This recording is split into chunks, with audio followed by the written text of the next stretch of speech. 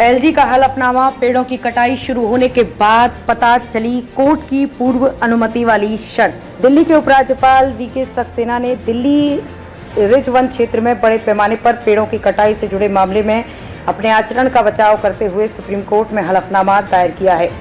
उन्होंने बताया कि पेड़ों की कटाई शुरू होने के बाद ही उन्हें पेड़ों की कटाई के लिए अदालत की पूर्व अनुमति प्राप्त करने की आवश्यकता के बारे में पता चला। उपराज्यपाल ने स्वीकार किया कि इस साल फरवरी में उन्होंने केंद्रीय सशस्त्र पुलिस बल आयुर्विज्ञान संस्थान तक पहुंच को आसान बनाने के लिए एक सड़क चौड़ीकरण परियोजना के स्थल का दौरा किया था।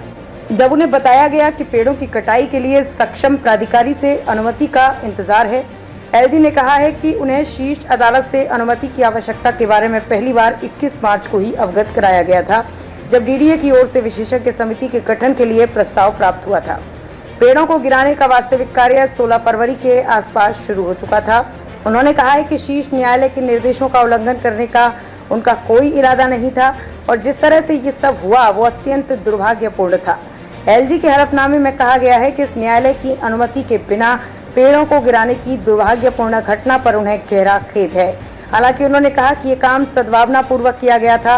इस संबंध में एलजी ने दिल्ली सरकार की ओर से जारी 14 फरवरी को अधिसूचना का भी हवाला दिया, जिसमें दिल्ली वृक्ष संरक्षण अधिनियम 1994 के तहत पेड़ों की कटाई की मंजूरी दी गई थी। एलजी ने कहा कि फील्ड अधिकारियों ने इसे पेड़ों की कटाई के लिए हरी झंडी समझ लिया। उन्होंने कहा कि फिर भी परियोजना के निष्पादन के लिए जिम्मेदार डीडीए अधिकारियों के खिलाफ विभागीय जांच शुरू की गई है। मजिस्ट्रेट के समक्ष दोषी अधिकारियों के खिलाफ आपराधिक शिकायतें भी दर्ज की गई है। महत्वपूर्ण योजना के लिए हुई पेड़ों की कटाई। एलजी ने कहा कि पेड़ों की कटाई एक महत्वपूर्ण परियोजना के लिए थी, जिसमें पहले 2200 करोड़ रुपए का सार्वजनिक धन निवेश किया जा चुका है। इसके अलावा उन्होंने स्पष्ट किया कि काटे गए पेड़ों की वास्तविक संख्या लगभग 642 पेड़ हैं, न कि 1100 पेड़, जैसा कि पहले अदालत को बताया गया था।